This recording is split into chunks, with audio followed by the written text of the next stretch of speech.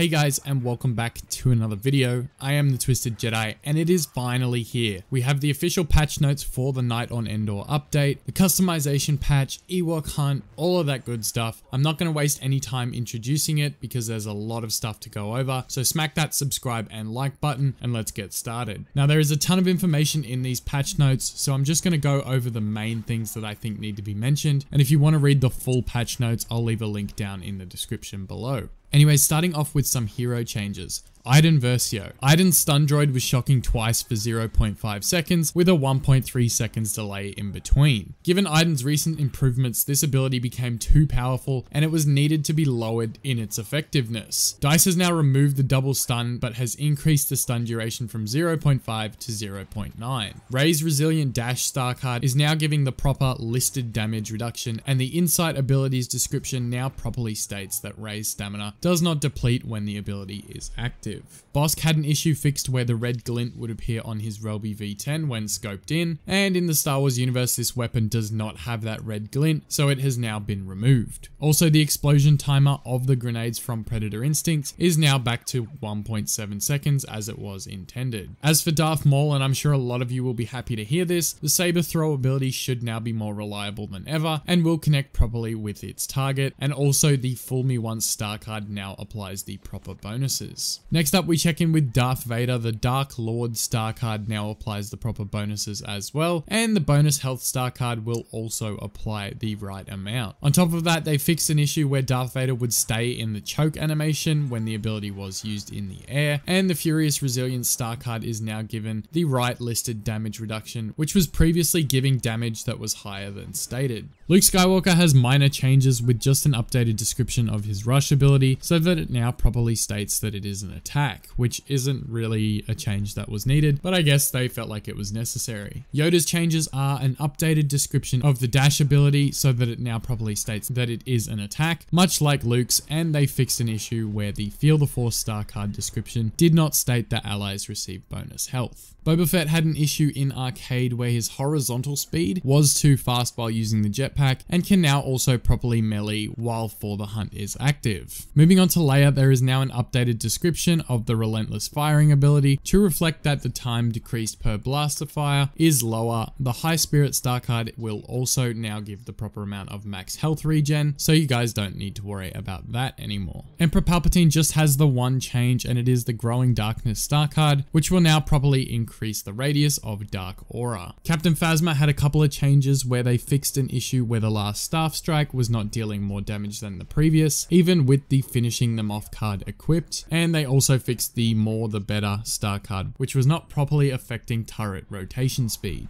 Getting into classes, special units, and vehicles. I'm just going to mention the first part of this section because I think it's the most important. There is now improved melee combat responsiveness for all melee attacks including lightsabers and Phasma's staff. The timing for the effects, audio, and camera shake, as well as the application of damage, have been closer aligned to the expected moment of the impact to make the melee combat experience feel tighter, and they also fixed a problem where lightsaber impact spark effects and sounds triggered in unexpected instances such as kicks or punches. Now there was a bunch of other small changes with that section, so if you want to know more about it then definitely check out the patch notes in the description, but that's all that I think is necessary for this video. Now there are a bunch of minor changes to each Galactic Assault map, however I'm not going to read over them either because they aren't really massive changes, but the one thing I did really want to point out is that if you scroll down to the NABOO section of the patch notes, it says that they've added the dusk time of day setting, which will be a darker evening type setting as the sun sets over Theed, which is really going to be awesome. I think Theed is already a beautiful map, and just adding that dusk setting is going to be so good to play. Continuing on with the interesting surprises, there is a note here on Jetpack Cargo that says they fixed an issue where tabs in the end of round screen were not working properly. Now Jetpack Cargo hasn't been in the game for a little while, so it is possible that it has returned for this patch. By the time this video goes live I will know the answer, but as of right now it is currently downloading, but I have asked around and most people have said that they couldn't see it in game. There were some tweaks in arcade, heroes vs villains, and also blast, most of which were spawn points, glitches, and general sound changes, but now getting into the overall game general changes. There will now be an added 100 credits bonus for players who win around in multiplayer. There is also improved in-game messaging for timed challenges, and they've added support for quick equipping emotes, victory poses, and appearances from the crate opening screen, and in-game the foot planting can be heard when playing in third-person view.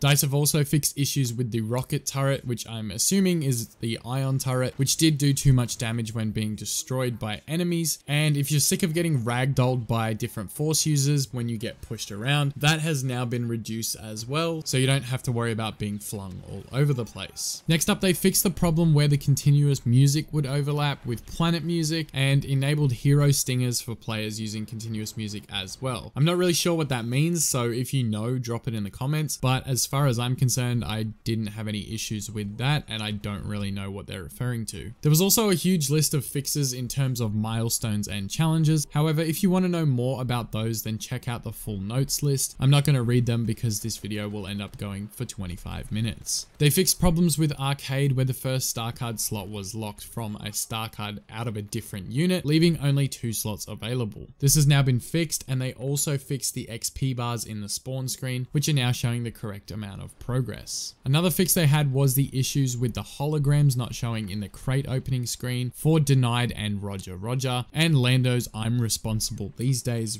emote. There are a couple of other emote fixes, but I'm not really going to go over them because they are quite minor. Camino for Strike and Blast, the defending clone players will no longer hear the resistance voiceover, which mentioned the First Order in all objective changes throughout gameplay, which is a little bit silly, but I'm glad they're on top of that. As far as visual changes, they fixed an issue with Captain Phasma's armor looking incorrect in the interior of Administrator's Palace on Bespin. They also fixed the problems when skipping the star card unlock animation, and several login crates being granted at once. There have been multiple graphical improvements, as well as improved Ansel support and fixes to different crash issues. So that's everything that was in the list for the patch notes. I know it gets a little bit repetitive with them sometimes because they do tend to use fixed an issue a lot, but that's everything, as well as Ewok Hunt we know is being added, and the customization with all the new skins are being added as well. I am going to be streaming over the next few days, so you're going to see the skins that I'm buying, you're going to see Ewok Hunt, you're going to see all of that good stuff, as well as the usual game modes that I stream. If there is anything hidden that wasn't in the patch notes, I will post it in a follow-up video if I think it is necessary. But right now, I'm off to hunt some stormtroopers with my fellow Ewoks. Thank you so much for tuning in, and as always, may the Force be with you.